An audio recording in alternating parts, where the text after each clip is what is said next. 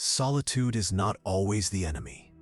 Today I want to speak to you, not as a king, but as a soul who has also felt the echo of silence. Because there's a kind of solitude that isn't seen, but it creeps within. It's not the absence of people, it's the absence of meaning, of connection, of a what for that gives shape to the day. And that, my son, is the most dangerous kind. I've known men surrounded by crowds and more alone than a moonless desert. And I've seen wise men in caves, in silence, more fulfilled than many who laugh at banquets. Do you know why? Because it's not the quantity of voices around you that heals. It's the quality of the bond you have with yourself. Solitude is not a punishment. Sometimes it's an invitation, a sacred space where the soul meets what it truly is. But if you don't know how to inhabit it, it can become a prison. Today I haven't come to fill you with empty phrases. I've come to reveal the keys that the wise have known for centuries. Because in every wound that solitude leaves, there is also a door. And whoever learns to cross it no longer fears being alone. Because they have learned to be at peace. Prepare yourself. Because at the end of this journey, perhaps you won't end up with more company, but you will have more soul. You are not alone. You are alone with yourself. There's a mistake many make, thinking that solitude is abandonment. But you're not always alone. Sometimes you're just with yourself. And if you don't know how to inhabit your own company, then no other bond can truly fulfill you. Listen carefully. External noise can calm you for a few hours, but internal emptiness is not filled with distractions. It's only transformed with presence. When the soul hasn't learned to listen to itself, solitude becomes an enemy. But when you manage to look at yourself with compassion and without judgment, the silence stops hurting and begins to teach. There are people who surround themselves with others just so they don't have to listen to themselves. They go from party to party, from partner to partner, from conversation to conversation, but they still feel alone at the end of the day. Why? Because it's not about how many are around you, but how much you inhabit yourself. Solomon wisely said, "The heart of the wise strengthens inward before seeking outward." And he was right. Do you know yourself yet? Do you know what you need, what you long for, what you can no longer ignore? Overcoming solitude is not always about finding someone. Sometimes it's about reconnecting with yourself. The art of speaking kindly to yourself. Solitude becomes unbearable when the voice you hear most is the one that wounds you most. And that voice, often, is your own. You don't need enemies if you already live with a judge inside you, one who criticizes you, compares you, repeats over and over that you are not enough. That voice wasn't born with you.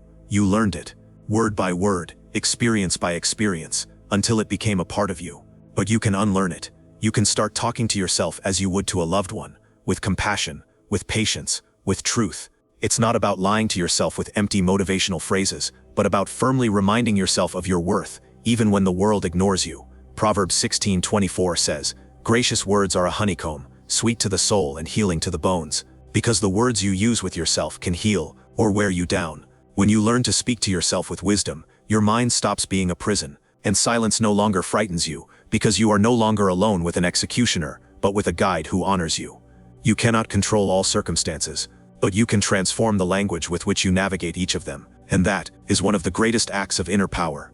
Return to your inner roots. There are times when the soul feels like an empty house. Everything is in its place, everything works on the outside, but inside life is missing. And when that happens, many people try to fill that void with things, new goals, new people, new distractions. But it's not more that you lack, it's depth. Solitude, if lived with honesty, brings you back to your roots. It forces you to ask, who am I when no one is watching?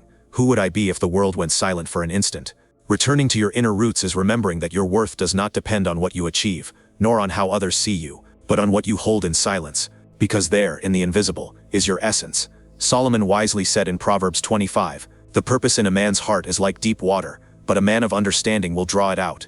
Your soul already holds answers. They are just under layers of noise, fear, and oblivion. Being alone is not always losing something. Sometimes it's an opportunity to reconnect with what was always yours, your inner voice, your purpose, your purest truth. Don't run from yourself. Return to yourself, like someone returning home after a long journey. Fill your solitude with purpose, not noise. It's not solitude that drains you, it's emptiness. It's waking up without a what for. It's filling the day with tasks, but not with meaning. And when solitude finds a life without purpose, it settles in like a silent shadow that chills everything.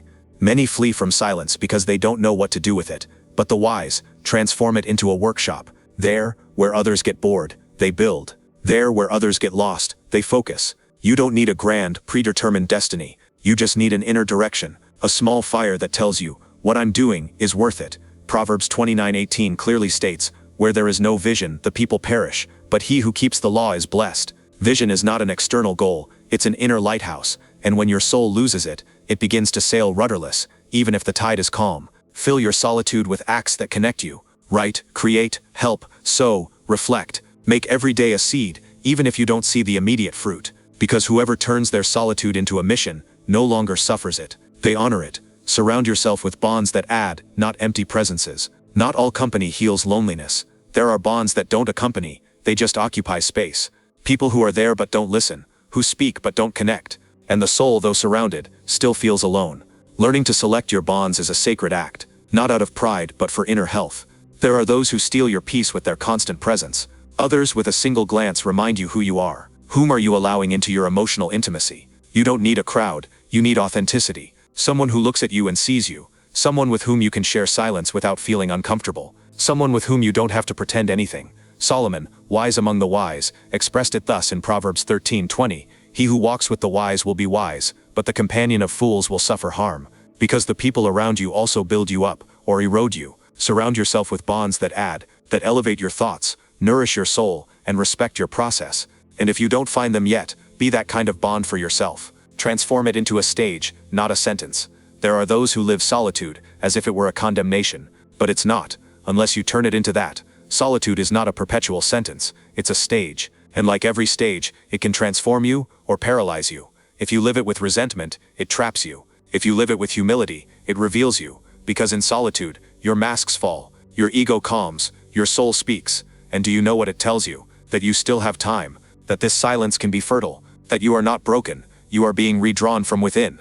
Solomon, with his deep vision, left us this gem in Proverbs 3:13. Blessed is the man who finds wisdom, and who gains understanding. And often, that wisdom does not come amidst noise, but from retreat.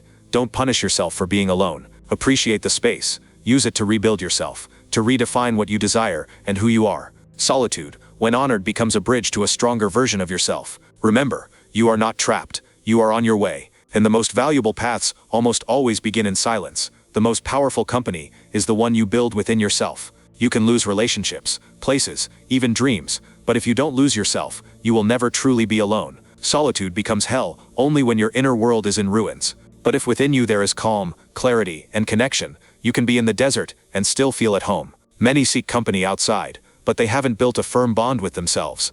And that's why any absence brings them down, not because of what they lose, but because of what they never cultivated within.